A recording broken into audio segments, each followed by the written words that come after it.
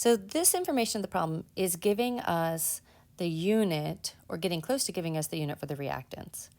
So if you'll notice in the problem, it says initially we have this much of each of those reactants, and it's in a 1 liter container. And sometimes the information is given in that way. So just remember that it's moles per liter. And so if you actually need to do the calculation, it's 1. So that's a little bit more obvious, 1 liter. But if it weren't 1 liter, you'd have to actually do the calculation. This problem is also generous enough to go ahead and do the calculation for you, but it wasn't a hard calculation. So what we know initially is that we have 0.10 molarity of this one. We have 0.10 molarity of this one. Then if we keep looking, it's giving us the equilibrium concentration of that one.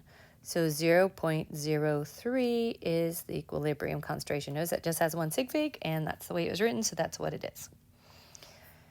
So here's our equation right here. And I don't always write this ahead of time because I know I'm about to write it in the chart, but I wanted to write it for clarity since this is going to be, your first few times going through solving using one of these. So it's really tempting just to jump in there and be like, I'm going to do that ice chart because I just have to fill in the numbers and then I know where I'm going. But what I found is that it's much more helpful for students to write the K expression first. And part of it has to do with like how the brain works. And once you get going in that ice chart and you get to the end, you're kind of process thinking at that point. And it's just that you can end up finishing the process thinking and being like, wait a second, what am I supposed to do next? And I just feel like writing this out, notice it's products of reactants, is the way that I see the most successful students with this solving them. They write the K and then they write the ice chart. So ICE. So initially, we already have that number, 0.10 molarity, and then we have this number. And then the I3, it hasn't been made yet. So initially, it's 0. It's like in that tiny nanosecond before the reaction, before two of these find each other to get the reaction going, we don't have any product. Now, I will say that I'm sure you've seen an example where maybe we do a reaction where we throw some products and reactants together and see what happens, but that's much less common. We'll learn about that as more of like not exactly an exception to the rule, but just like a special case quite a bit in the future, not at all at this point in time. So you need to know that we just think of this as 0 because there hasn't been any of that made yet.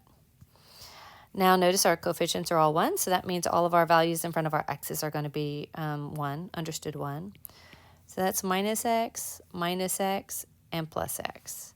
So we have 0.10 molarity minus x, 0.10 molarity minus x, and then 0 plus x is just x. Now, this is the point at which you're like, oh, wait, now what do I do? So what you're going to ultimately do is plug information in up here. Now, if you plug it in right now, we don't have a k value. In fact, that's what we're supposed to solve for. So that's a variable, but then we're going to be putting variables in. So you won't be able to solve with one equation. If it had 2 variables in it, you can't solve it that way. But we have other information. It says in the problem that x is equal to 0.03 because we know that at equilibrium, that's his amount. Once you know that, any equilibrium value, you can get to another equilibrium value. So we can plug that same x in over here, and we get 0.07, and then we can also plug it in over here, 0.07. So now we get 0.07. I'm sorry, I put that in reverse. And this is where sometimes if you have a colored pencil or a highlighter, it might be helpful. So that is my I3. And then these other numbers, the 7s, are each of those values. These don't always turn out to be the same. So you might need to pay attention. Maybe one will have to be squared, or you just need to pay attention to where you're putting the numbers in. But that's pretty good. And so then we have 0.3 over 0.07 times 0.07. And that's the same thing as 0.07 squared, if that's how you want to write it. And then I'm going to open up my calculator, and I'm going to do 0.03 divided by, I already have it in there, 0.7 and 0.07.